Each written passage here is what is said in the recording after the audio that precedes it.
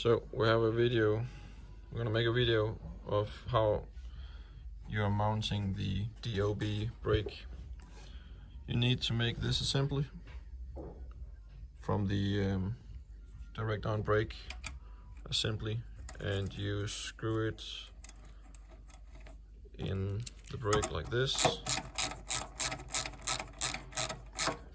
We usually do it so the bottom of the bolt is just showing itself there.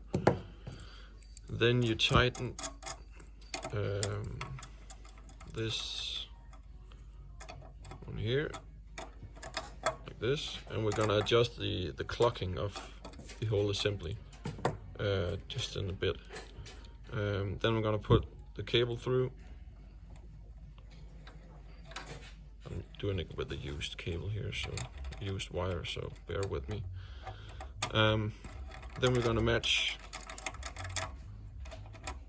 this clocking so that when it's released, the brake, you want the lever to point downwards, and when it's engaged, it's pointing up like this. So I'm placing the clocking like this and tightening the whole system around there. So when it's released, the lever is pointing downwards. So that's pretty much it. And then you put the cable through the brake as you would normally do, like this. I'm gonna fix the cable here. It's a little hard with the phone. Just a second. So when you have mounted your wire onto the brake and positioned the DOB brake with the lever pointing down when it's released and the wheel can turn, you have the ability to adjust the tightness of the brake by lifting the entire system and adjusting this bolt here. So if I'm lifting this one, I'm lifting the entire system and then tightening the brake.